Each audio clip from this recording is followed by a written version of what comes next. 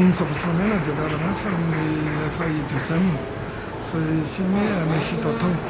eo amin'ny fitantanam-bolam-panjakana sy ny fitantanam-bolam-bahoaka mba hisy ny fangararana ka misy fifanaovan-tsonia teo anivozay fiara-miasa izay ary misy fanontaniana maromaro eo amin'ny araiky amin'ny sivifolo no fanadihadiana maro samihafa atao eo anivon'ny commune mba hampahafantarana ny vahoaka ao anatin'ny commune ny fangararana ny fitantanana sy ny fitantanana ny tetibola ny commune. Androany moa no natao tamin'ny fomba ofisialy ny lancement mahakasika ny fiara-miasa ny mesita tao sy ny FAI2M dia misy ny fifanaovan-tsonia natao teto amin'ity vohatra asitanana ity ka anisany sitraka an'izany ny commune. Manana didy tsiraikitra izay fampahafantarana ny SLC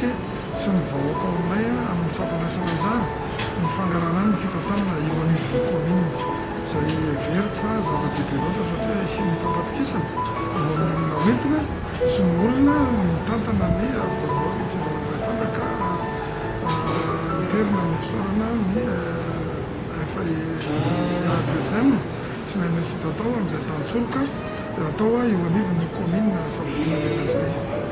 Azahoana marim-pakasitrahana moa izy ity mba satria namafisina tamin'ny alala ny fifanaovan-tsonia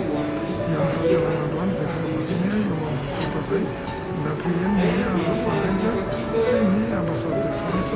amin'ny famatsiana tantsoroka rahabe.